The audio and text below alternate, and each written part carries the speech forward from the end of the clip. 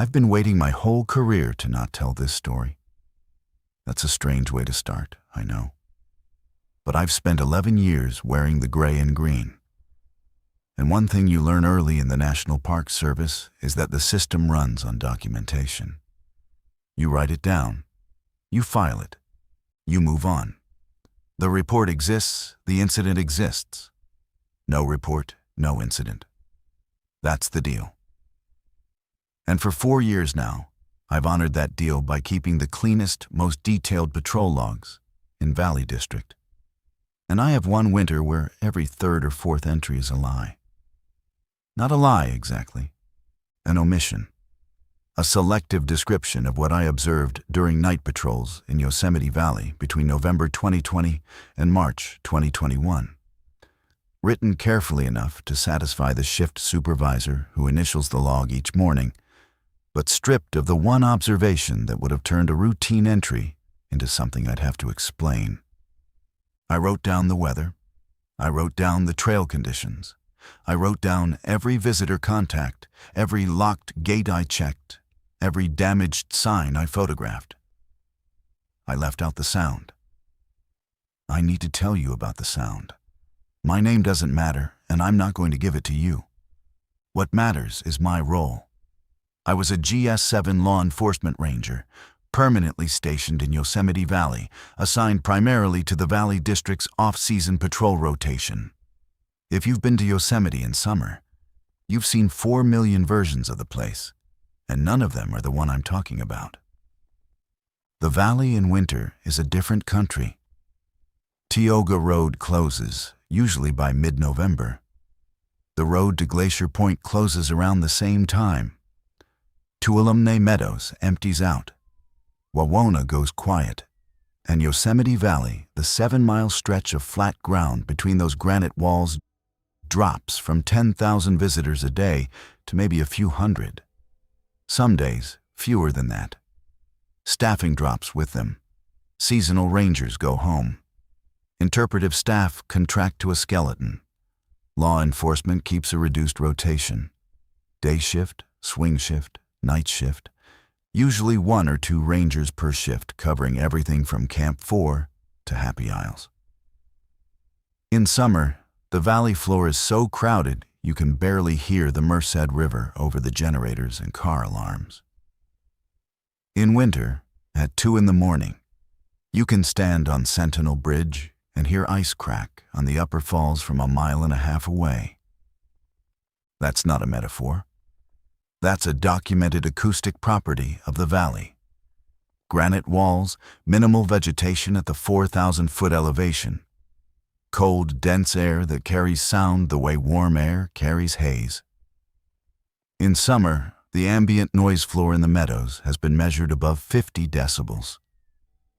In winter, at night, it drops below 20. That's quieter than a recording studio. That's quieter than most people have ever experienced in their lives. I'm telling you this because it matters. It's the reason I heard what I heard, and it's the reason I need you to understand that I am not a person who mistakes one sound for another. If you want to subscribe, do that now. What I'm about to describe is long, and it's specific, and I don't plan to repeat myself. I was 34 that November. 8 years in the service, the last 3 at Yosemite. I'd done 2 seasons at Lassen before that, 1 at Sequoia, and I started as an intake at Glen Canyon, which is where you learn that the job is 90% waiting and 10% adrenaline. I'd worked my way onto the Valley District permanent roster in 2018, which at the time felt like the best thing that would ever happen to me professionally. Yosemite Valley, the crown jewel, the one address every ranger in the Western region wants on their SF-50. By November 2020, the pandemic had changed the math. Visitation was unpredictable. Staffing was chaotic. Budget lines were being redrawn weekly. The valley still operated, but the rhythm was off. Things that normally had 3 people assigned got 1. Maintenance backlogs grew. Radio traffic thinned out after dark. And the night shift, my shift, the one I'd specifically requested because I preferred working alone, became more solitary than it had ever been. A typical night patrol in the valley works like this. You start at the Valley District Office near the village. You check in with dispatch, confirm your unit number, confirm your radio's working on the repeater frequency. You take a vehicle, Crown Vic, sometimes an SUV in winter, and you drive the loop. North Side Drive west, then South Side Drive back east. You check locked gates. You check the Ahwahnee parking lot. You check Curry Village, which in winter is mostly shut down. You sweep the campgrounds, Upper Pines, Lower Pines, North Pines, Camp 4. You check the Swinging Bridge parking area. You check the Yosemite Lodge lot. You stop at trailheads and look for vehicles that shouldn't be there. You write down plate numbers. You write down times. And between those stops, if nothing requires your attention, you get out and walk. That's not in the manual. That's just what you do, especially on the night shift, especially in winter. Because the vehicle becomes a sensory cage. Heater noise, engine vibration. The crackle of the radio, they insulate you from the environment you're supposed to be monitoring. So you pull over at one of the meadow turnoffs, cut the engine, and walk the boardwalk trails that cross Cook's Meadow or Sentinel Meadow in the dark. You stand still. You listen. You watch. I am not being dramatic when I say that standing in the center of Cook's Meadow at 2 a.m. in January, in windless cold, with the granite walls rising 3,000 feet on both sides and Yosemite Falls frozen into silence on the north rim, is one of the most profound sensory experiences available on Earth. The silence is not empty. It is architectural. The valley is a sound chamber. And in winter, with the waterfalls reduced and the river low, and no human activity generating noise, you can hear things that are simply inaudible at any other time of year. The pop of a branch freezing a half-mile away. A coyote's paws on frost. Your own blood in your ears. That was my baseline. 8 years of fieldwork, 3 winters in the valley, hundreds of night patrols. I knew what silence sounded like in that place. I knew what belonged. The first time was November 19th, 2020.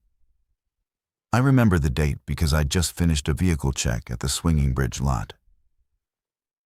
No cars, no violations, no contacts, and I walked south across the bridge and onto the boardwalk that cuts through the meadow towards Sentinel Rock.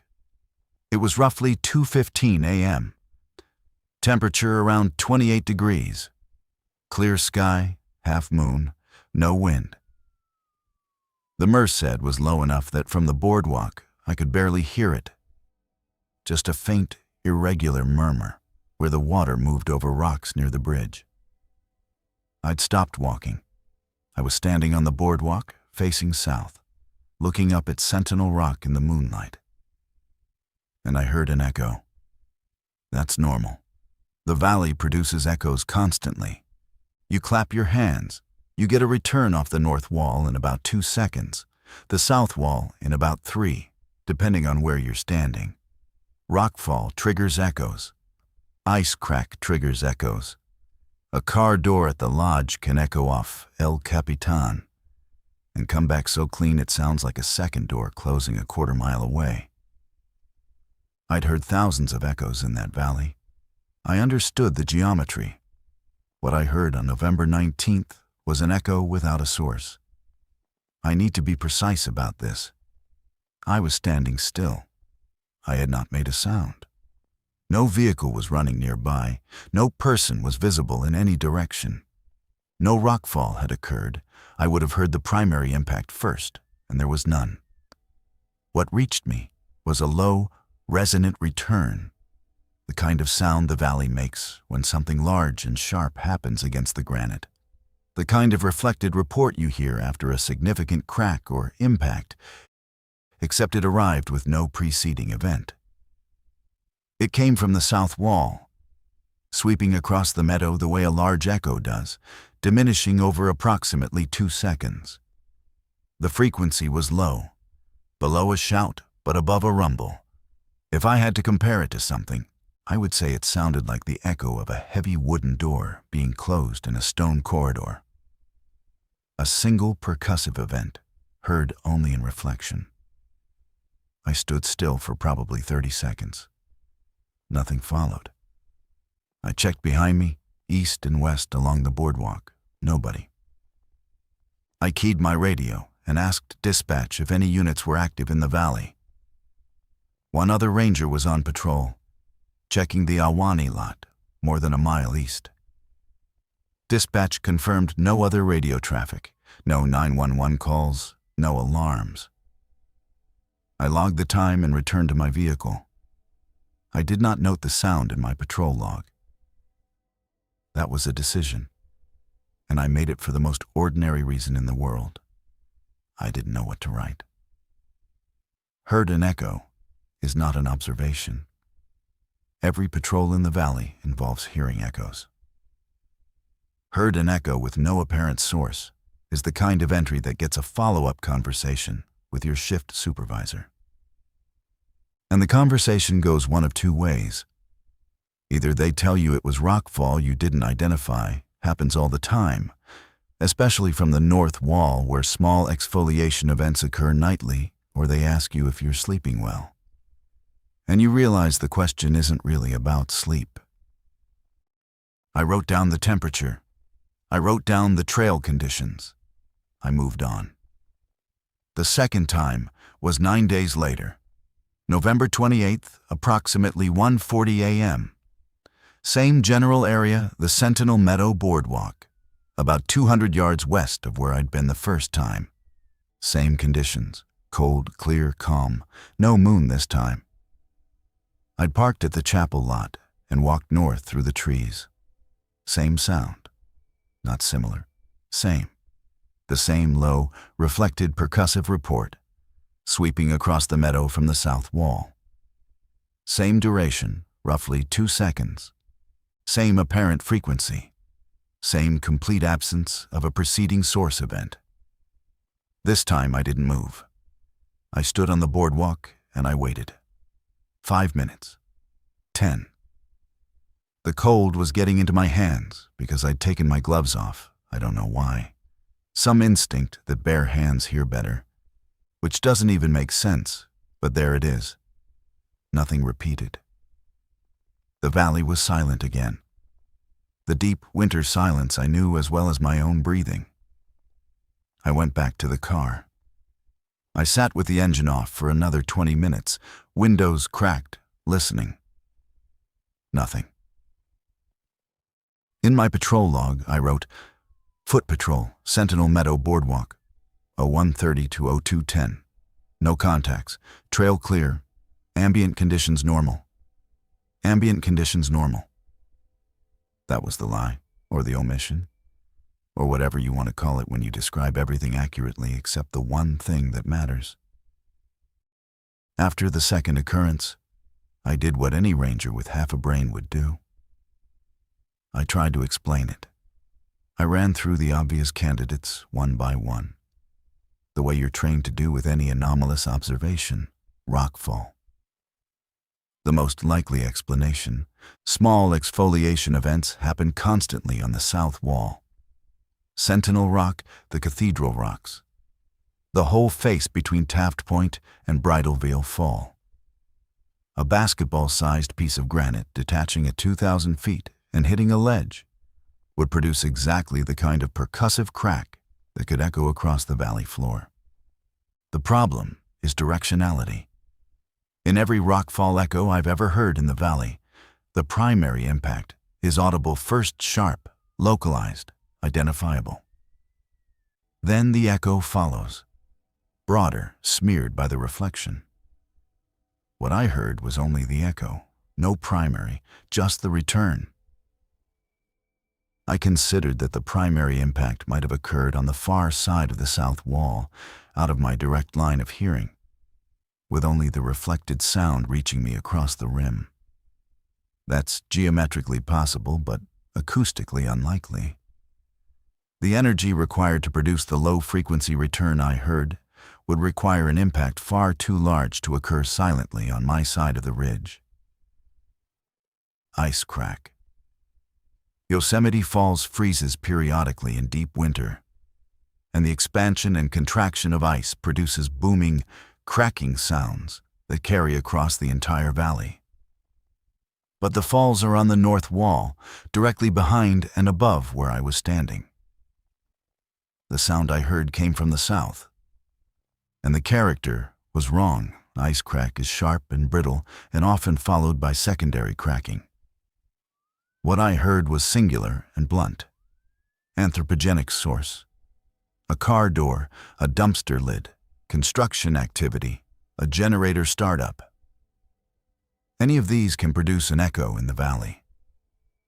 But at 2 a.m. in late November, with visitation near zero and no maintenance operations scheduled, and with dispatch confirming no other activity, the list of possible human sources was effectively empty. Wildlife. I've heard elk bugling echo off granite in other parks. I've heard beaver tail slaps carry a quarter-mile in still air. But there is no animal in Yosemite Valley that produces a sound matching what I described.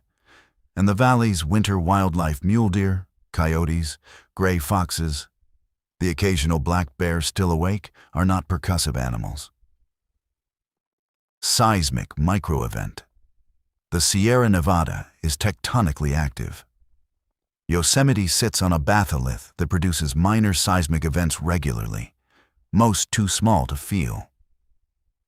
A subsurface event could theoretically produce a low-frequency sound that would reflect off the valley walls. I looked into this later. USGS maintains a seismograph network in the region, and there were no recorded events on either night. I went through every explanation I had. Every one of them failed on at least one parameter. The sound was too low for ice, too localized for seismic, too isolated for rockfall, too late and too quiet a night for human activity. And it had happened twice, in the same area, with the same characteristics, 9 days apart. At this point, I want to be honest about something. I was not frightened. I was not even particularly unsettled. I was annoyed. I had an observation I couldn't classify. And the professional part of my brain, the part that writes patrol logs and files incident reports and trusts the system to process what I give it, was frustrated because the observation didn't fit any reporting category I knew. There is no box on a patrol log for unexplained acoustic anomaly. There is no incident code for a sound you can't source. And without a category, the observation doesn't exist. So I decided to collect more data. Not officially, not with any equipment I signed out from the district office, just with my own attention, my own routine, and my own phone, which had a voice memo function I'd never used for anything more important than reminding myself to buy dog food. Starting in early December, I changed my patrol pattern. Not dramatically, just enough to ensure that I was on foot in the Sentinel Meadow or Cook's Meadow area between 1 and 3 a.m. at least 4 times a week. I told myself this was responsible. If the sound recurred, I wanted to hear it clearly enough to identify it. If it didn't recur, the question was closed. It recurred. December 4th, December 11th, December 20th, January 3rd, January 9th, January 14th, January 22nd, always between 1 and 3 a.m., always from the south wall, always the same character, a single, low, reflected percussive report with no identifiable source event. Duration always between 1.5 and 2.5 seconds. Never repeated in the same night. Never preceded by any sound I could detect. Never followed by anything except the valley's deep ambient silence. By mid-January, I had heard it 11 times. I had tried to record it on my phone 4 of those times and failed every time. Not because the phone malfunctioned, it recorded fine. But when I played back the recordings, the sound wasn't there. What the microphone captured was silence, or the faintest rustle of my jacket sleeve, or the distant murmur of the Merced. The sound I'd heard clear, unmistakable, physically present enough to make me hold my breath, did not appear on any recording. I want you to sit with that for a second, because I sat with it for weeks. I know what the obvious explanation is. The obvious explanation is that I was hearing things. That cold, fatigue, isolation, and expectation were combining to produce an auditory artifact that my brain, primed by the first two incidents, was manufacturing the pattern it expected to find. That is the explanation I would offer if someone else described these events to me. It is the explanation I try to accept. It fails on one point. The phone recordings weren't blank. They captured the ambient environment accurately. I could hear the river. I could hear a coyote on one recording. I could hear the creak of the boardwalk under my weight. The microphone was working. It was capturing every sound present in the meadow except one. That is not consistent with hallucination. If I were imagining the sound, the recording would simply be silent. Instead, the recording was a faithful document of everything except the thing I was there to document. I don't know what to do with that. I still don't. On January 24th, I made a decision that changed the trajectory of this entire experience. I told someone. Not my supervisor, not dispatch, not anyone in the chain of command. I told a seasonal ranger named Beth, which is not her real name. Beth had worked the Valley District the previous winter and had come back for a second round, assigned to the swing shift that overlapped with mine by about 2 hours. We weren't close. We'd shared maybe a dozen meals in the employee cafeteria and a few conversations about gear and transfer prospects. But Beth had one quality that made her the right person. She'd worked the night shift the previous winter before I rotated onto it. She knew the valley at night. She knew the silence.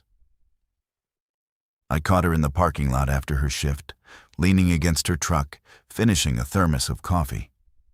It was about 11 p.m. I hadn't planned what to say, which is probably why I said it badly. "When you were on nights last winter," I said, "did you ever hear anything in the meadows you couldn't explain?" She didn't answer immediately. She screwed the cap back onto her thermos. She looked at me for long enough that I started to regret asking. "Where in the meadows?" she said. Not what did you hear? Not what do you mean? Where? Sentinel, Cooks, that whole stretch between the chapel and the swinging bridge. Beth set the thermos on the hood of her truck. She crossed her arms. She was looking at the ground now, and I could see her working through something, the same calculation I'd been making for 2 months. How much to say? How much it costs to say it? "I heard something," she said. "February, maybe early March. I only heard it twice, so I figured it was rockfall I missed the primary on." "What did it sound like?" "Like a door closing inside the mountain." I felt the hair on my arms rise, and it was not from the cold, because that was my description. That was exactly my description. The one I'd formed privately and never spoken to anyone. A heavy wooden door being closed in a stone corridor. And she'd used the word inside. Not against, not on, not from, inside. "Did you report it?" I asked. "What would I report? I heard an echo." She picked up her thermos. "I figured it was the valley being the valley. Sound does weird things here, you know that." "I've heard it 11 times, I said. Beth stopped moving. She set the thermos back down. She looked at me the way you look at someone who's just told you they have a lump they've been ignoring. 11? Since November. Same sound? Identical? She was quiet for a long time. Then she said something that I've turned over in my head almost every day since. Have you ever noticed it's only from one direction? I had, always the south wall. But I hadn't framed it as significant until she said it out loud. Because rockfall echoes can come from any wall. Seismic sounds are omnidirectional, and wind-carried sounds shift with conditions. A sound that only ever arrives from one direction in a valley with reflective surfaces on all sides is a sound with a fixed source. And a fixed source should be findable. I noticed, I said. Then it's not rockfall, Beth said. Rockfall echoes come from wherever the rock falls. This is one bearing, every time. She was right. And the fact that she'd independently reached the same conclusion I had from only 2 observations told me something I didn't want to know. This was not a pattern I'd constructed. It was a pattern the valley was producing. Beth and I stood in that parking lot for another 40 minutes. She told me her 2 incidents had occurred while she was on the Sentinel Meadow boardwalk, same as mine. She told me the sound had not repeated when she went back to listen for it specifically. She told me she'd tried to record it the second time and gotten nothing, same as me. And she told me something I hadn't known, that during her first season, the winter before I arrived, a maintenance worker had mentioned to her in passing that the meadow survey stakes near Sentinel Rock sometimes had to be redriven in spring because they'd shifted over the winter. Not fallen, not been disturbed by animals, shifted, moved laterally in the soil by fractions of an inch, with no visible cause. I asked her if the maintenance worker had filed a report. About survey stakes? They just redrove them. It's a meadow. Ground moves. Ground moves. That was true. The valley floor is alluvial river sediment over glacial till, not bedrock. It compacts, it saturates, it shifts with freeze-thaw cycles. Survey stakes moving fractionally over a winter is unremarkable. Except that Beth had mentioned it in the same breath as the sound, without prompting, which meant that somewhere in her professional mind, she'd already connected the 2 observations and filed them together, not as a conclusion, as a correlation. The same place that produces the unexplained sound also produces unexplained ground movement. I went home that night and did not sleep. I want to be clear about where I was psychologically at this point. I was not descending into obsession. I was not losing perspective on my duties or my career. I was functioning. I was filing clean patrol logs. I was handling visitor contacts, running plate checks, coordinating with dispatch, doing every single thing my position required. But underneath all of that, I had a problem. And the problem was simple. I possessed an observation that my professional system was not designed to process. And the only other person who shared it had chosen the same silence I had. That should have been the end of it. 2 rangers, 1 sound, no evidence, no report. Close the file. The valley is strange. Sound does weird things in granite canyons. Move on. But the sound didn't stop. And on February 6th, it got worse. February 6th was a Saturday. And I remember that because Saturdays in winter meant slightly higher visitation families driving up from Fresno or Merced for the day, sometimes staying overnight at the Ahwahnee or the lodge. By 10 p.m., they were all indoors or gone, and by midnight, the valley was mine again. Clear sky, temperature around 24 degrees, light frost already forming on the boardwalk planks when I stepped out of the vehicle at the chapel lot at 12:50 a.m. I had developed a routine by then that I'm not proud of. Every night I was on shift. I would complete my vehicle patrol loop gates, lots, campgrounds, trailheads, and then I would park at the chapel lot, which sits just south of Sentinel Meadow, and walk north through the trees to the boardwalk. I told myself I was conducting a foot patrol in an area with known acoustic anomalies, which was technically true, but professionally dishonest, because the purpose of the foot patrol was not enforcement or safety. The purpose was to listen. I'd also started bringing a handheld thermometer. Not department issued, I'd bought it at the hardware store in Mariposa. A simple infrared unit, the kind you point at a surface and it reads the temperature.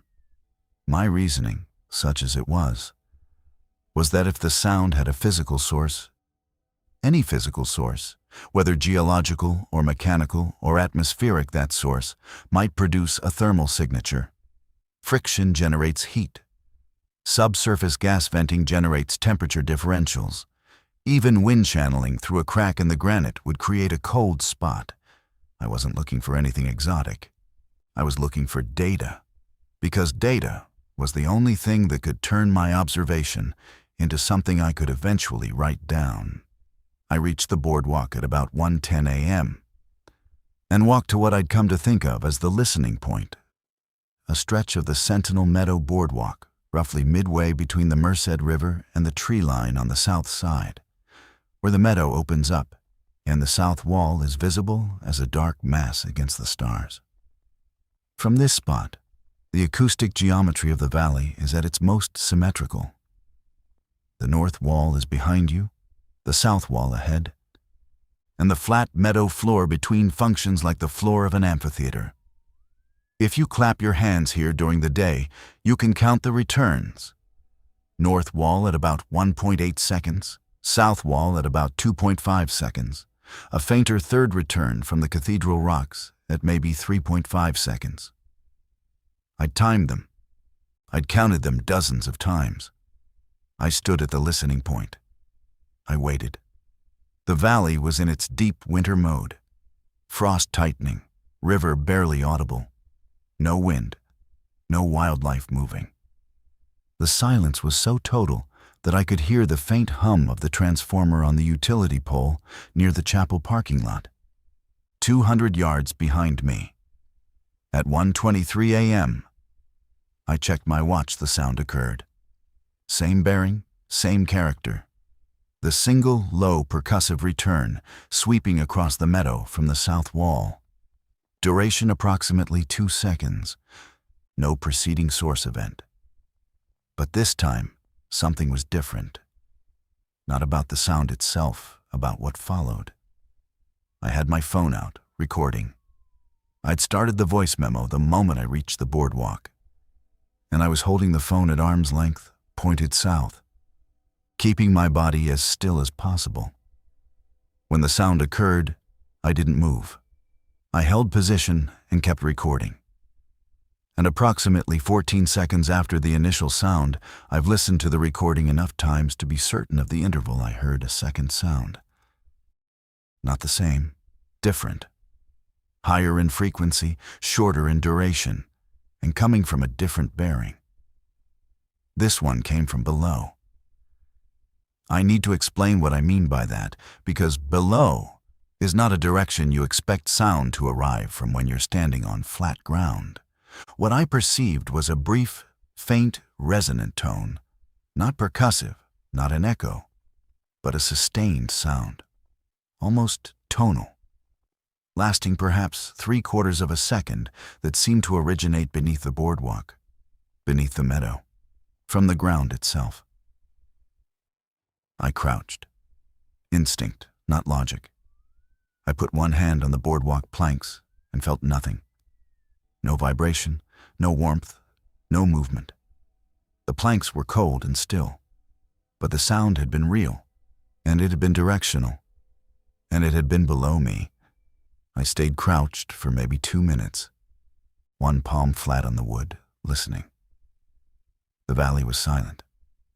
Nothing repeated. I stood up, turned on my headlamp, and looked at the meadow surface on either side of the boardwalk. Frost, undisturbed. No tracks, no disturbance, no visible displacement. Then I pointed the infrared thermometer at the boardwalk plank under my feet. 31 degrees.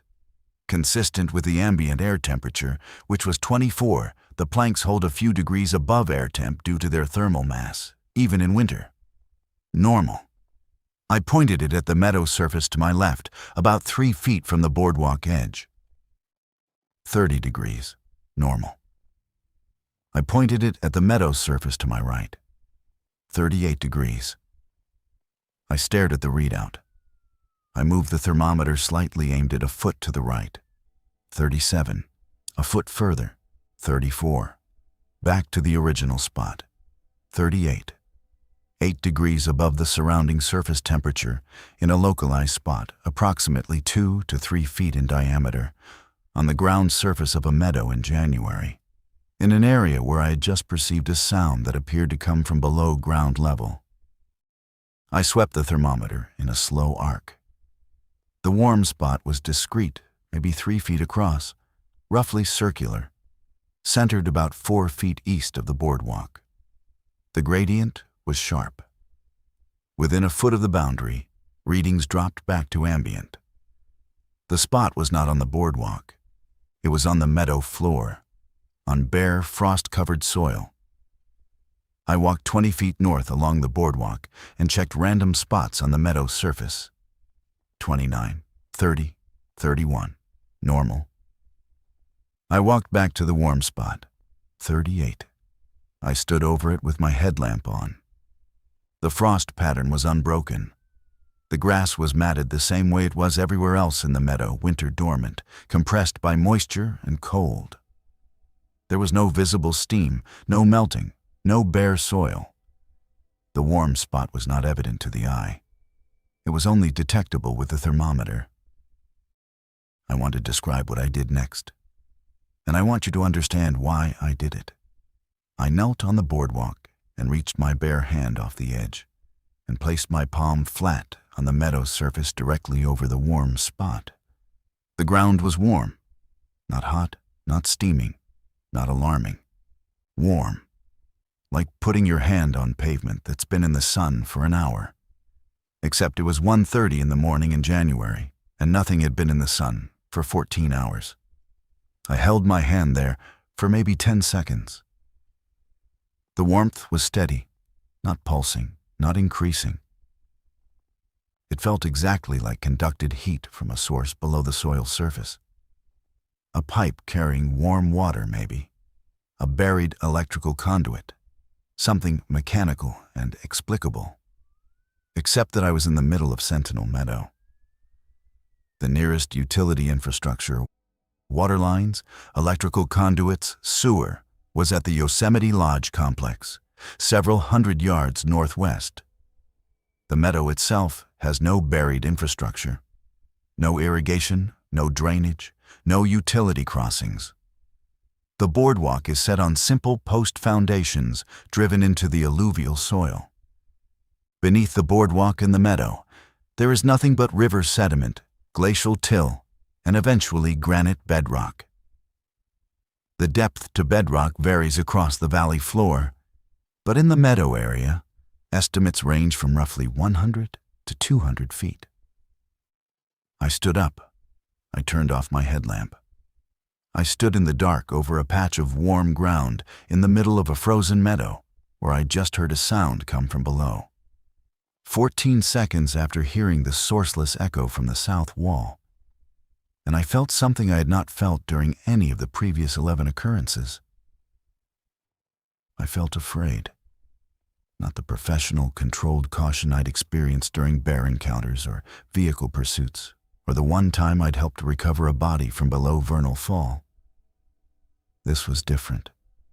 This was the fear of standing on something you cannot see, knowing that the ground you trust is not behaving the way ground is supposed to behave, and knowing that the institution you work for has no language for what you're standing on.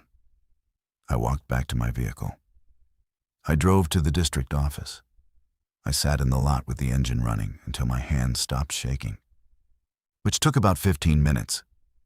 In my patrol log for that night, I wrote, Foot Patrol, Sentinel Meadow Boardwalk, OW11020145. No contacts, trail conditions, frost on planks, caution advised, ambient conditions normal. I listened to the phone recording the next morning.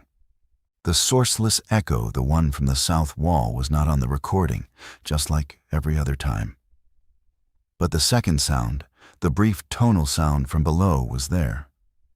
Faint, barely distinguishable from the noise floor. But there. A short, low-frequency pulse, lasting less than a second, centered at what I'd later estimate was around 22 hertz, right at the threshold of human hearing, right at the boundary between sound and vibration. I played it 6 times. It was real. It was on the recording. And it was the first piece of evidence I had that existed outside my own perception. I didn't sleep that day either. For the next 2 weeks, I continued my pattern. Same foot patrols, same boardwalk, same listening point. I heard the sourceless echo twice more, February 10th and February 15th, and on neither occasion did the subsurface tone follow. And the warm spot was not there. I checked it every night with the thermometer. 29, 30, 31 degrees. Normal. The anomaly had been present on the 6th and was gone by the 7th. A transient thermal event, localized and brief, correlated with the only recording I'd successfully made of any related sound. I showed the recording to Beth on February 17th. We were in the employee housing common room, the kind of cinder block and linoleum space that exists in every NPS residential area. And I played it for her through the phone speaker. She listened once, asked me to play it again, then took the phone and held it to her ear. She listened a third time. "That's infrasound," she said. "It's close to it. I think it's around 22 hertz. 20 hertz is the cutoff. Below that, and you feel it more than hear it. 22 is audible, but just barely. Some people can't hear it at all." She handed the phone back. "Where were you?" "Sentinel Boardwalk. Same spot as always." "And the other sound, the echo that's not on there?" "No. But this one is." "This one is." Beth sat back in her chair. She was quiet for a while, and I could tell she was doing the same thing I'd been doing, running on through explanations, testing each one, discarding the ones that didn't fit. "Geothermal," she said finally. "Subsurface geothermal activity could produce a low-frequency sound and a thermal anomaly at the surface. Yosemite isn't geothermal. Yosemite isn't known to be geothermal. That's a different statement. The whole Sierra Nevada batholith has residual heat. There are warm springs in the eastern Sierra. Mono Lake is practically volcanic. Mono Lake is 60 miles east and on the other side of the range. I'm not saying it's Yellowstone. I'm saying that a minor subsurface thermal source, deep enough to be undetected by surface surveys, could theoretically produce both a localized warm spot and an infrasonic pulse, especially if there's a fluid component, water moving through fractured rock at depth. It was a reasonable hypothesis. It was the best hypothesis anyone had offered, including me. The problem was that it didn't explain the sourceless echo. The echo came from the south wall at audible frequency, with the character of a reflected, percussive impact. A subsurface thermal source doesn't produce echoes off granite cliffs.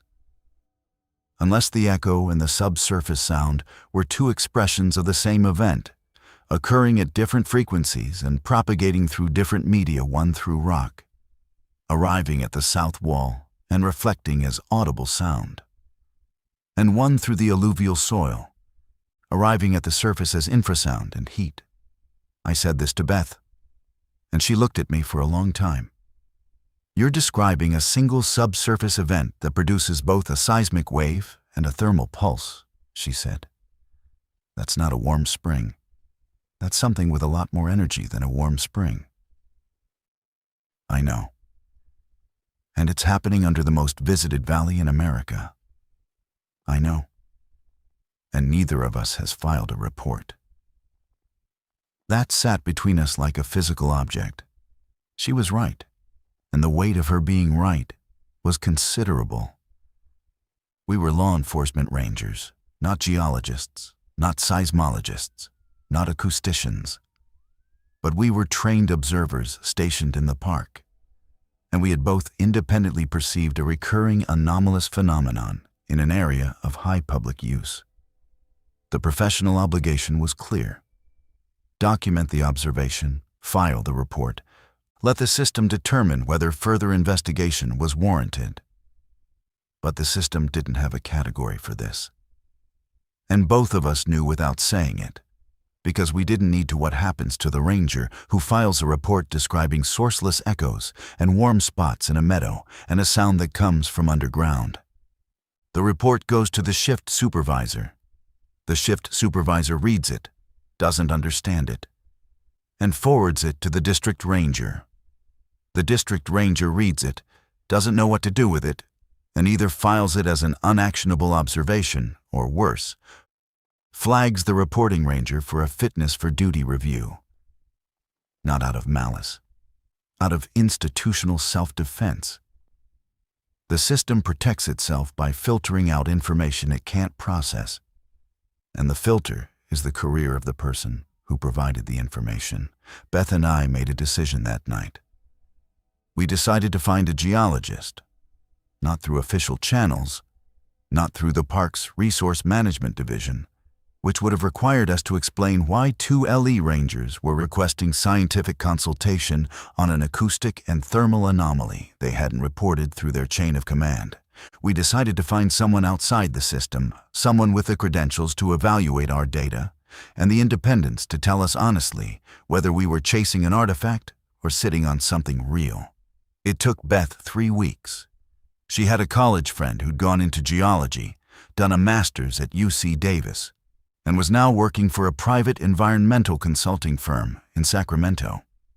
He wasn't a seismologist, but he'd done fieldwork in volcanic terrain and understood subsurface thermal dynamics.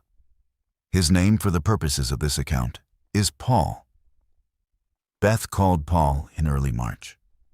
She described the situation in general terms: acoustic anomaly in a granite valley, possible subsurface thermal component, recurring events over several months. She did not tell him the location. Paul's response, she told me later, was immediate interest followed by immediate caution. He wanted to see the data. He wanted to visit the site. And he wanted to know why we hadn't reported it. Because we don't know what it is, Beth said. That's exactly when you report it, Paul said. He was right, of course. And the fact that an outsider's first instinct was the one we'd been suppressing for months should have told us something about how far we drifted from our own training. But Paul agreed to come to the valley, off the books, on a weekend when he could plausibly be visiting the park as a tourist. He arrived on March 6th. I need to describe Paul briefly because his reaction to what we showed him matters more than mine. He was in his mid-30s, slight, precise in the way that field scientists are precise. He moved through the landscape the way I'd seen archaeologists move, watching the ground, pausing to touch things, asking questions that revealed an entirely different way of reading terrain.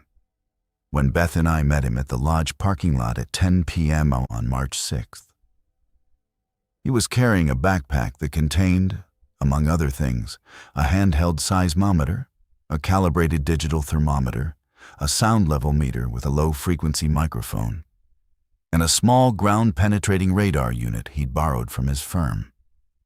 "You brought GPR?" I said. "You told me the sound comes from underground. If there's a void or fluid channel, GPR will see it." We walked to the Sentinel Meadow boardwalk under a cloud-covered sky. Temperature was around 30 degrees, no wind, light humidity. The conditions were similar to, but not identical to the nights I'd heard the sound. I had not heard the echo in 5 days. Paul set up the seismometer first, placing it directly on the meadow's surface about 10 feet east of the boardwalk, near the area where I'd found the thermal anomaly. He turned on the sound level meter and positioned it on the boardwalk railing, oriented south. He calibrated the thermometer and began taking baseline readings of the soil surface in a grid pattern around the boardwalk. "Your surface temps are right where they should be," he said after about 15 minutes. 31 degrees across the board. Consistent with ambient air temp and a thin frost layer. No anomalies. "It's not always there," I said. "I only measured it once." One transient thermal event isn't much to work with. But the infrasonic recording is interesting. Can I hear it again? I played him the February 6th recording. He listened through headphones, adjusting the volume, playing it back 3 times. Then he plugged the headphones into the sound level meter and sat on the boardwalk with his eyes closed, watching the meter's readout on his phone. We waited. An hour passed. The valley was silent. No echo. No subsurface tone. No thermal anomaly. Paul's instruments recorded nothing but ambient noise, the river, the occasional creak of a tree, a distant generator hum from the lodge that he identified and dismissed within 30 seconds. At 12:40 a.m., Paul stood up, stretched, and walked to the seismometer. He crouched over it and studied the readout. "Nothing seismic," he said, "not even microseismic. This ground hasn't moved." "It doesn't happen every night," I said. I could hear the defensive edge in my own voice, and I didn't like it. I sounded like someone trying to justify a claim that the evidence wasn't supporting. "I'm not doubting you," Paul said. "I'm telling you what the instruments are showing right now, which is nothing. But your recording is real. That's a real infrasonic event captured by a phone microphone, which means the energy was significant enough to drive a MEMS microphone at 22 hertz. That's not trivial." He walked back to the boardwalk and sat down again. "Tell me about the echo, the one that doesn't record." I told him everything. The character, the bearing, the duration, the absence of a source event, the consistent directionality from the south wall. He listened without interrupting. "And it never records?" "Never. But the infrasonic tone did." "Once. Yes." Paul was quiet for a while. Then he said something that rearranged my understanding of everything I'd been hearing. "What if they're the same event at different stages of propagation?" Beth and I discussed that. A single subsurface event producing both? No. I mean propagation stages. What if the infrasonic component is the event in progress, and the echo is the event completing? I didn't understand. He saw it on my face. Think of it like this. Sound below 20 hertz propagates differently through solid media than through air. It travels faster, further, and with less attenuation. If you have an event occurring deep in the bedrock, a fluid migration, a pressure release, a fracture propagation, the infrasonic component would reach the surface first through direct conduction. But the audible component, the part that's in the frequency range your ears can process as a percussive sound, would take longer to propagate, and it would arrive at the surface at a much more distant point, like the south wall. You're saying the sound hits the wall first, and then I hear the echo? I'm saying the sound reaches the surface through the wall.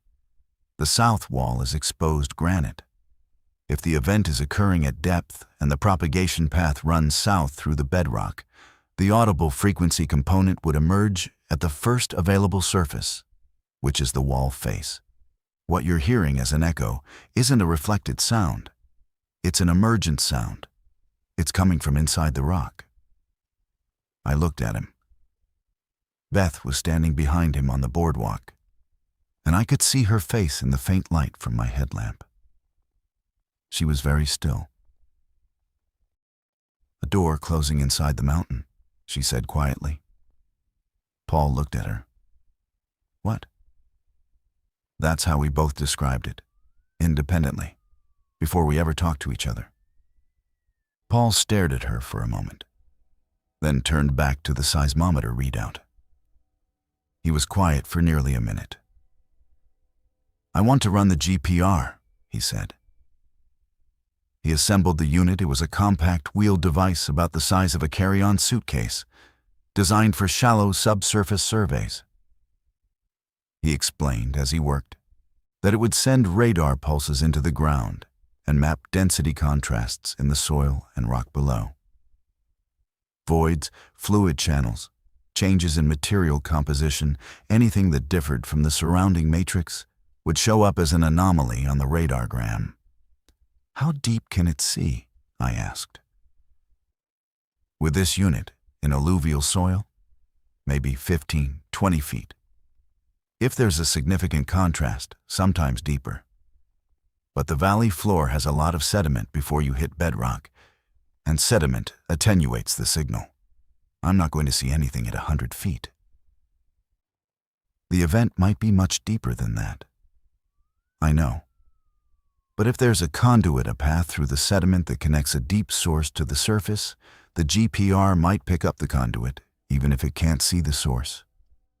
He ran the unit in a grid pattern across the meadow's surface, pushing it slowly through the frost-stiffened grass, working in parallel lines about 3 feet apart. Beth and I watched from the boardwalk. The scan took about 45 minutes. Paul uploaded the data to his laptop and sat on the boardwalk, scrolling through the radargrams. I watched his face. I'd spent enough years reading people during law enforcement contacts to know when someone's expression changes because they've found what they were looking for, and when it changes because they found something they weren't. Paul's expression was the second kind. "What is it?" Beth said. He turned the laptop toward us. The radargram was a horizontal cross-section, color-coded by signal return. Most of it was the expected gradient soil layers, moisture variations, the vague signature of the water table. But in the center of the image, directly beneath the spot where I'd measured the thermal anomaly, there was a feature. It was a vertical structure. A narrow, roughly cylindrical zone of high signal contrast extending from approximately 6 feet below the surface to the bottom of the radar's penetration range, which, in this case, Paul estimated at about 18 feet. It was not large, maybe 2 feet in diameter, but it was sharply defined, and its signal characteristics were unlike anything else in the scan. "What is that?" I asked. "I don't know," Paul said. And the way he said it, flat, careful, stripped of speculation, told me he meant it literally. He did not know. "It's not a utility. There's no utility infrastructure in the meadow. It's not a root system, wrong signature, wrong shape. It's not a natural soil feature. It's too regular, too vertical, too sharply bounded. It looks like a conduit, a channel through the sediment that's either filled with a different material or filled with nothing. A void? Maybe. Or a column of material that's denser or more fluid-saturated than the surrounding soil. The radar can't tell me what's in it, only that it's different. And it's directly below the warm spot." Directly below, yes. We sat with that for a while. The valley was silent around us. Paul closed the laptop and looked out across the meadow toward the south wall, invisible in the overcast dark. "I need to tell you both something," he said, "and I need you to hear it clearly." Beth and I waited. "What you've described to me tonight, a recurring infrasonic event, a correlated thermal anomaly, a localized subsurface structure aligned with both. This is not nothing. This is not equipment error. This is not misperception. And this is not something you can responsibly ignore. Whatever is producing this signal, it has enough energy to generate audible sound at the valley wall and enough thermal output to raise the soil surface temperature by 8 degrees. That's not a warm spring. That's not residual geothermal heat from the batholith. That's an active process. Something is happening under this meadow, and it's happening regularly, and it has a physical infrastructure that the GPR can detect. He paused. You need to report this. The silence that followed was the loudest thing I'd heard in the valley all winter. If we report it, I said, describe for me what happens. You file an unusual occurrence report. Resource management sends a team. They evaluate. If the data supports further investigation, they bring in USGS or an academic partner. Standard protocol. That's what's supposed to happen. What actually happens is that 2 LE rangers with no scientific credentials file a report claiming there's something under Sentinel Meadow making sounds and producing heat based on a phone recording of marginal quality, a single thermal reading from a hardware store thermometer, and one night of GPR data from an unauthorized civilian visitor. The report goes to our district ranger, who has 250 other problems that are more pressing and more legible. It either dies in a file drawer, or it triggers a review of our judgment. Your judgment is sound. Our judgment is sound inside this conversation. Inside the reporting system, our judgment is 2 night shift rangers who brought an unauthorized geologist into the park to conduct an unauthorized survey of a meadow because they heard an echo. Paul looked at Beth. Beth was looking at the meadow. He's right, she said. And you know he's right.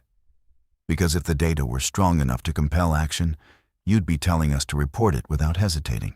You hesitated. Paul didn't respond to that. He began packing his equipment. He worked in silence for several minutes, and when he was done, he sat on the boardwalk with his pack at his feet and said something I will carry for the rest of my career. The data is strong enough. That's not the problem. The problem is that I don't know what the data means, and neither do you. And the system you'd be reporting it into doesn't have a category for we found something under the most famous valley in America, and we don't know what it is. The system has categories for hazards, for structural failures, for contamination, for seismic risk. This doesn't fit any of those, not yet.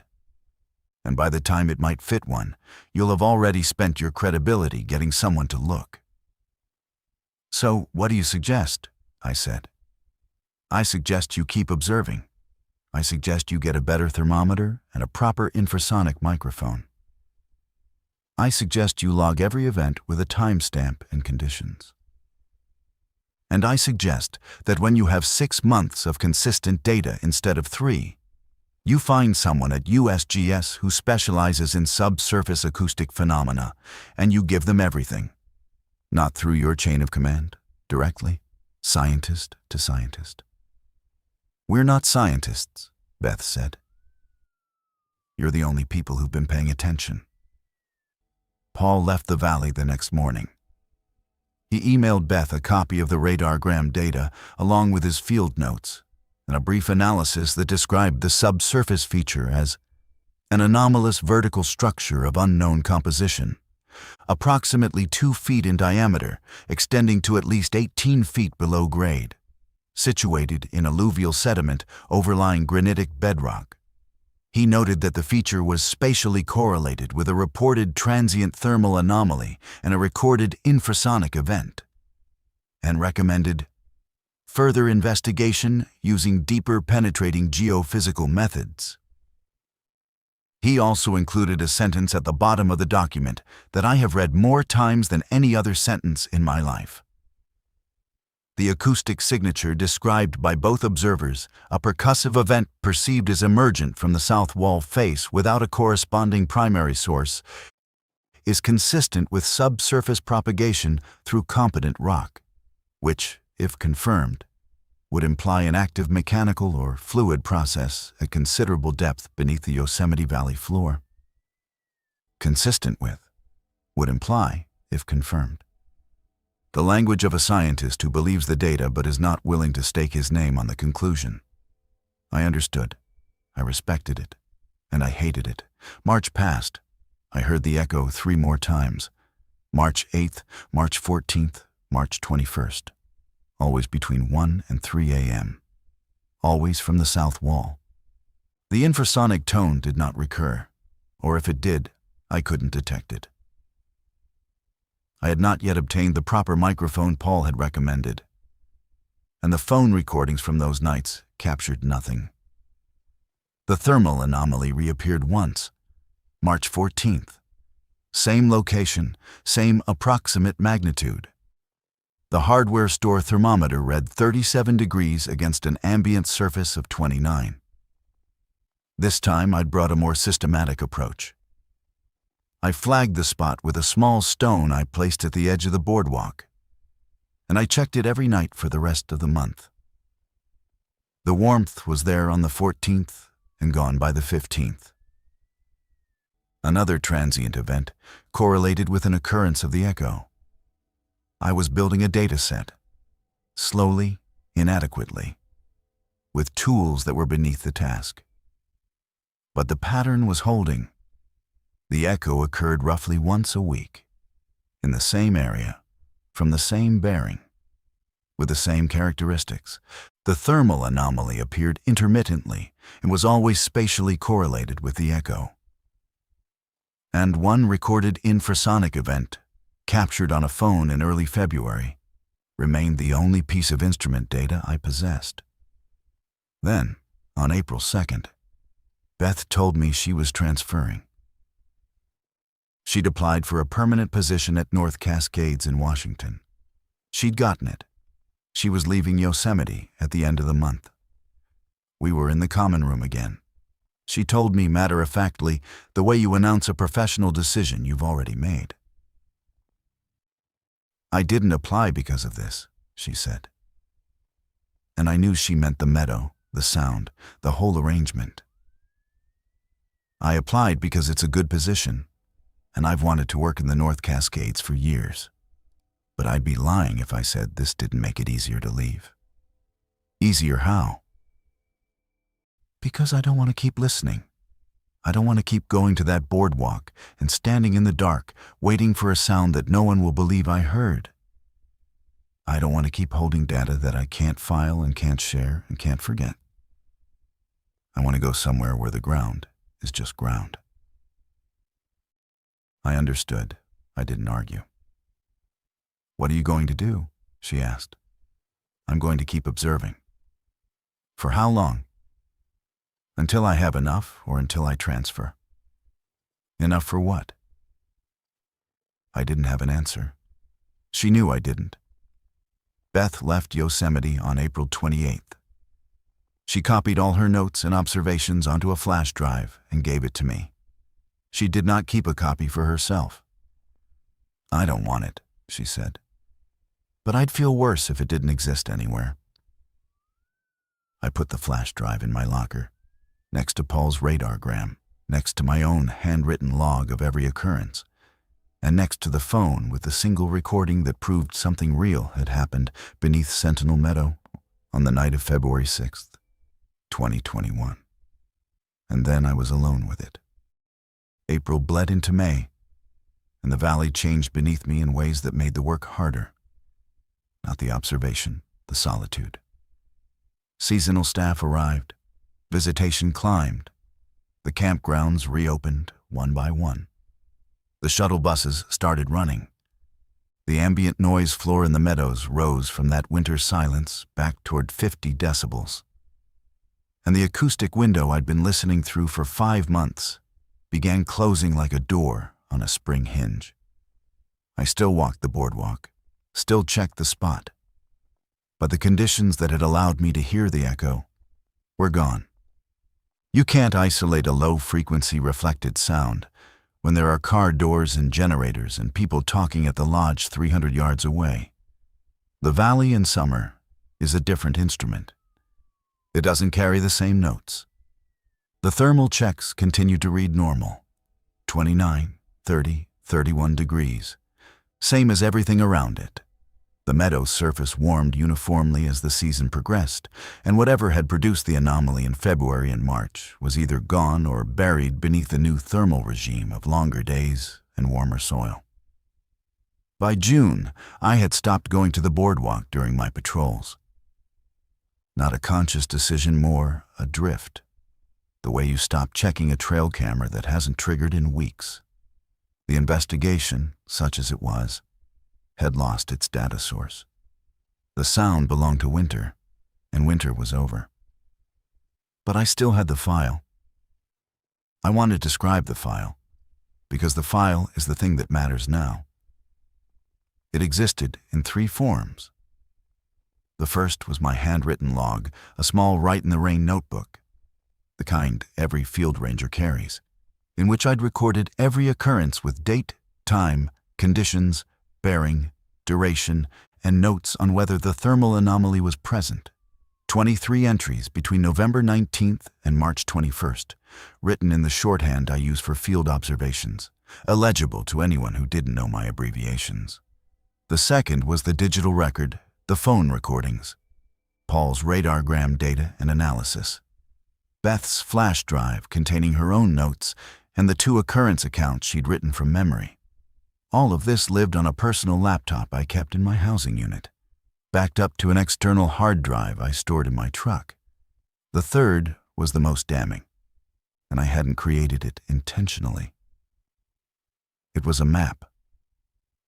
Over the 5 months of observation, I'd been unconsciously marking my patrol logs with the locations where I'd stopped for foot patrols. And when I laid those logs side by side in April, a pattern was visible that any supervisor reviewing them would notice immediately. My foot patrols were clustered, not distributed across the valley floor the way a responsible patrol pattern should be, but concentrated in a tight radius around Sentinel Meadow, night after night, week after week. The same quarter-mile stretch of boardwalk, the same parking spot at the chapel lot, the same walking route through the trees. If anyone ever pulled my patrol logs and plotted the foot patrol locations, they would see a ranger who had abandoned his coverage area in favor of a single obsessive location. They would not know why, but they would know it was abnormal.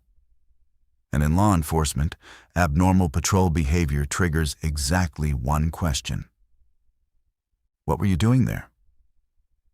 I spent a weekend in June sanitizing the logs. Not altering them, I didn't change any times or locations.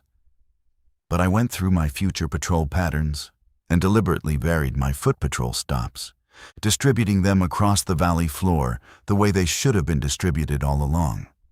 El Capitan Meadow, Stoneman Meadow, the Ahwahnee grounds, the campground loops. I built a rotation that would look, to any reviewer, like a conscientious ranger covering his assigned area evenly. And every 3rd or 4th night, I included Sentinel Meadow, because eliminating it entirely would have been its own kind of flag. That summer was long. I worked, I filed reports. I handled the usual cascade of summer incidents, lost hikers, vehicle accidents, a domestic at North Pines, a medical at the Mist Trail, the reliable chaos of 4 million people funneled into 7 miles of valley. The work was consuming in the way I needed it to be. There were days in July and August when I didn't think about the sound at all. But I never deleted the file. And I never filed the report. In September, I received an email from Paul. It was the first contact since his visit in March. The message was brief and careful, sent from his personal address rather than his work account. He'd been doing literature research, not commissioned, not professional, just curiosity. The way a scientist worries a question he can't leave alone. He'd searched the USGS earthquake database for any historical seismic events localized beneath Yosemite Valley. He'd reviewed published papers on subsurface hydrology of the Sierra Nevada batholith. He'd read a 1997 USGS survey of the valley floor sediment that estimated bedrock depth at various points across the alluvial fill. And he'd found something. In 1992, a USGS research team conducting a gravity survey of the Yosemite Valley floor had identified what they described as a linear negative gravity anomaly, oriented roughly north-south, crossing the valley floor in the approximate vicinity of Sentinel Meadow. The anomaly was consistent with a zone of lower density material in the subsurface, either a void, a fracture zone, or a channel filled with material less dense than the surrounding bedrock. The feature was noted in the survey report, described as of uncertain origin and significance, and no follow-up investigation was recommended or, as far as Paul could determine, conducted. The survey report was publicly available. Paul attached the PDF. I read it that night in my housing unit, sitting on my bunk with the laptop on my knees. And I felt the hair on my arms rise for the second time in this story. The gravity anomaly was oriented north-south. The echo arrived from the south wall. The subsurface feature Paul had detected with GPR was vertical, directly beneath the thermal anomaly, in the same area where the gravity survey had identified the linear low-density zone. 3 independent measurements, acoustic, thermal, and gravitational, all pointing at the same place. All conducted by different people with different instruments at different times across a span of nearly 30 years. And none of them had been connected to each other because the people who made the measurements didn't know the other measurements existed. Paul's email ended with a paragraph that I'm going to reproduce here as closely as I can from memory, because I deleted the email afterward, and I'll explain why. He wrote something close to this.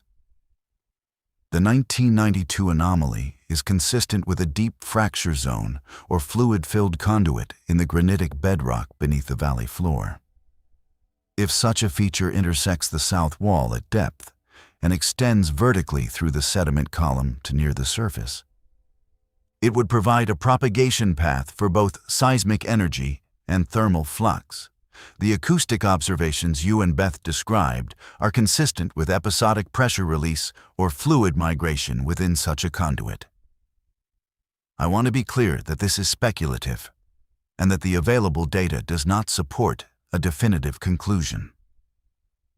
But the spatial correlation between the 1992 gravity anomaly, the GPR feature, the thermal anomaly, and the acoustic observations is, in my professional judgment, unlikely to be coincidental.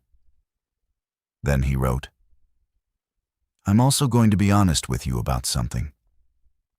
I've discussed this with a colleague who has more experience with subsurface geophysics than I do. I did not name the location or either of you.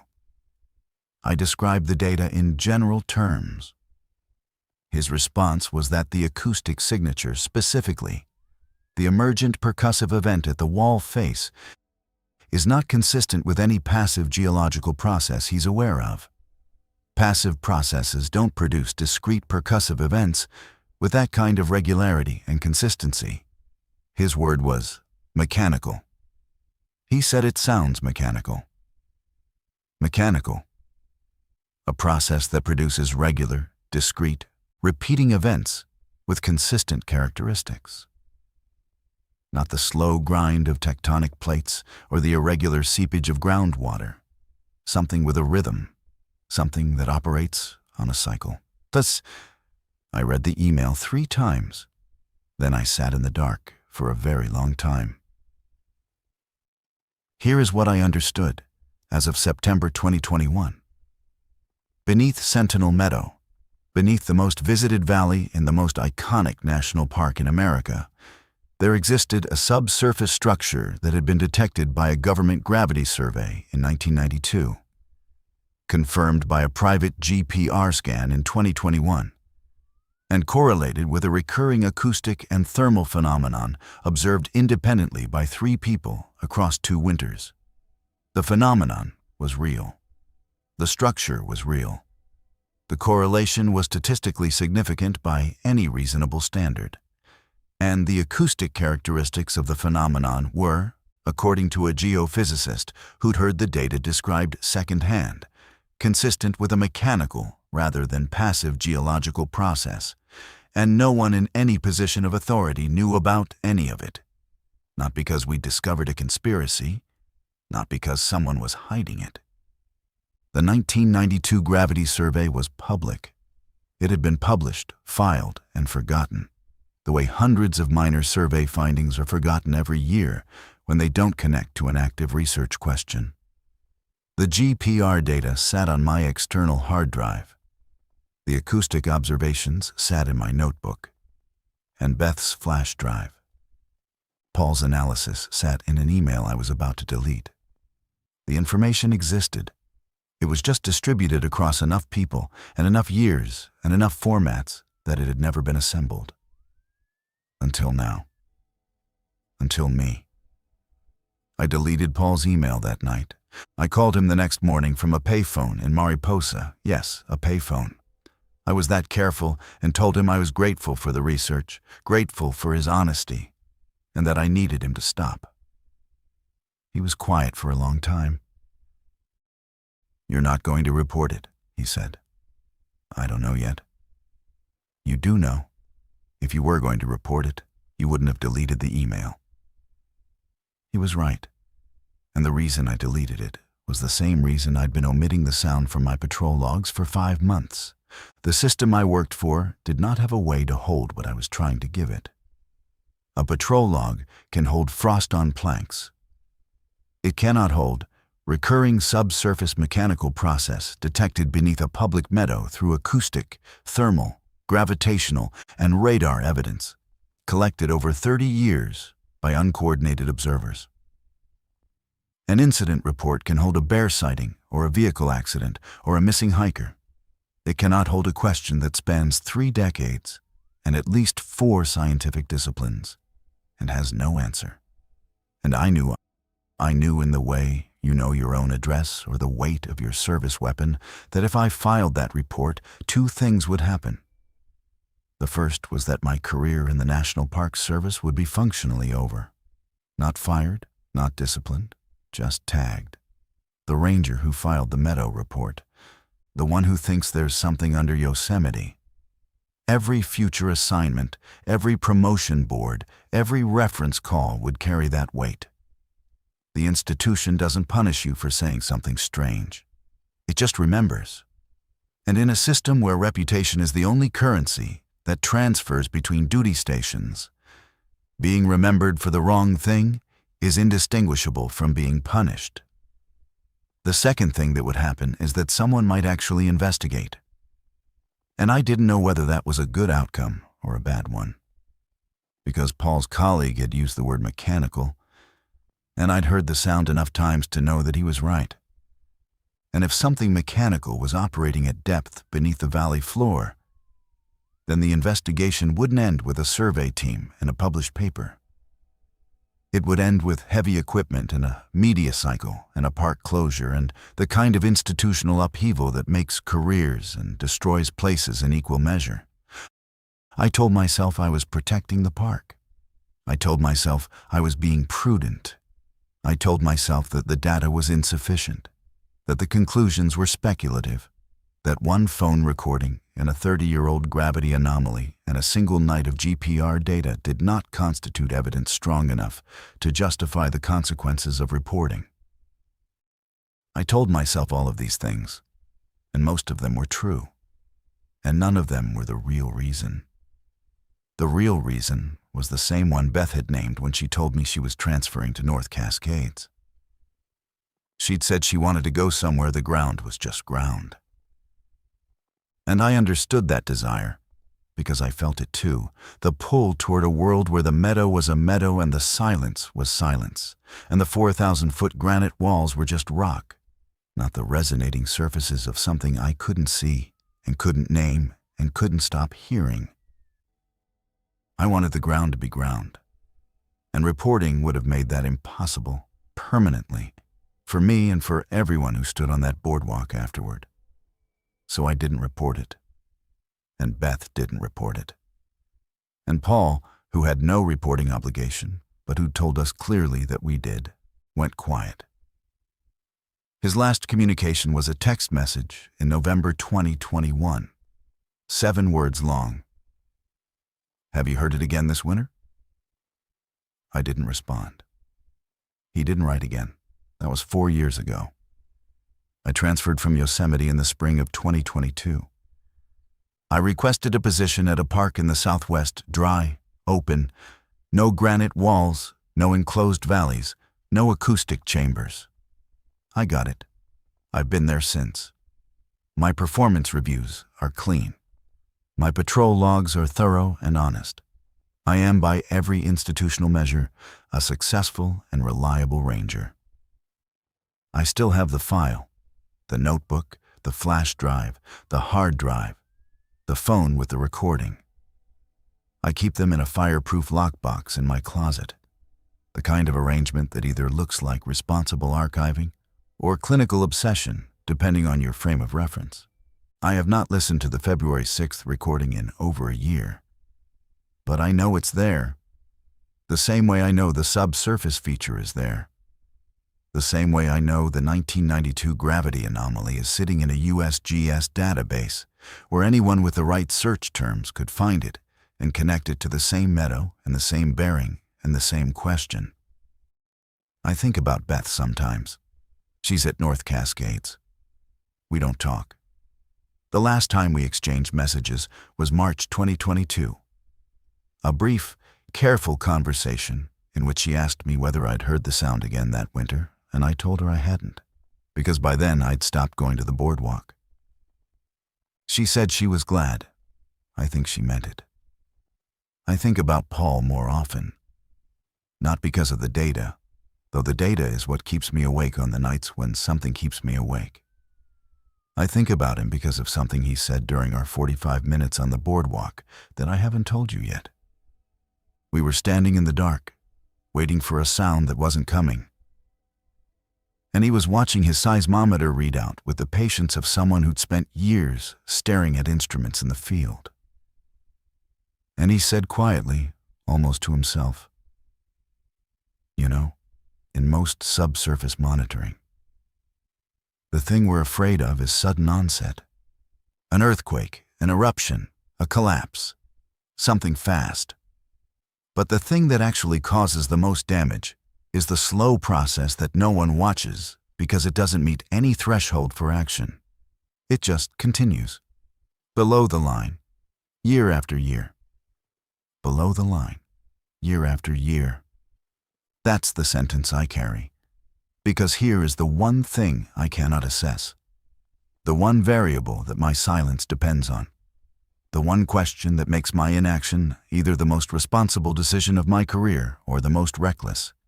Is it stable? The sound was recurring. The thermal anomaly was recurring.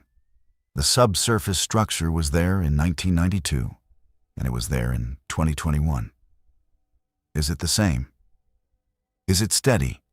Is it a background process that's been cycling for centuries, millennia, since the glaciers carved the valley and the river filled it with sediment? Is it simply part of what Yosemite is, a deep, slow geological heartbeat that produces a faint acoustic signature every week or so, and warms a small circle of meadow and is otherwise irrelevant to the 5 million people who walk above it every year? Or is it changing? Because I only observed it for 1 winter. Beth observed it for parts of 2. And neither of us has any way of knowing whether the 23 events I logged represent a stable baseline or an acceleration. Whether the sound I heard in November was the same sound someone might have heard in 1985 or 1955 or 1912. Whether the 1992 gravity anomaly was the same size in 1992 as the feature Paul measured in 2021. Whether the warm spot is 3 feet across and steady, or 3 feet across and growing. I don't know. And I can't know, because I chose not to initiate the monitoring that would answer the question. I chose silence. Beth chose silence. Paul chose to defer to our silence. And the system that should have caught this, the gravity survey that noted the anomaly and moved on. The resource management division that never received a report. The seismic network that doesn't have a station on the valley floor. The system continued operating exactly as designed, monitoring the thresholds it was built to monitor, blind to the signal beneath. I'm telling you this now because 4 years of silence has taught me something I didn't understand when I was standing on that boardwalk at 2 a.m. with my hand on warm ground. Silence is not a holding pattern. Silence is a decision you make once and then make again every morning when you don't pick up the phone. And every morning, the decision gets slightly easier. Not because the evidence has weakened, but because the distance has grown. And distance feels like the same thing as safety. And safety feels like the same thing as having done the right thing. But it isn't. It's just distance. There is a meadow in Yosemite Valley where the ground does something I can't explain. It makes a sound that can only be heard in winter, by someone standing in the right place during the right conditions, in the quietest hours of the quietest season. The sound does not record through a phone microphone, but the lower frequency component of the same event does, and I have that recording. The ground above the source warms intermittently by approximately 8 degrees for periods of less than 24 hours.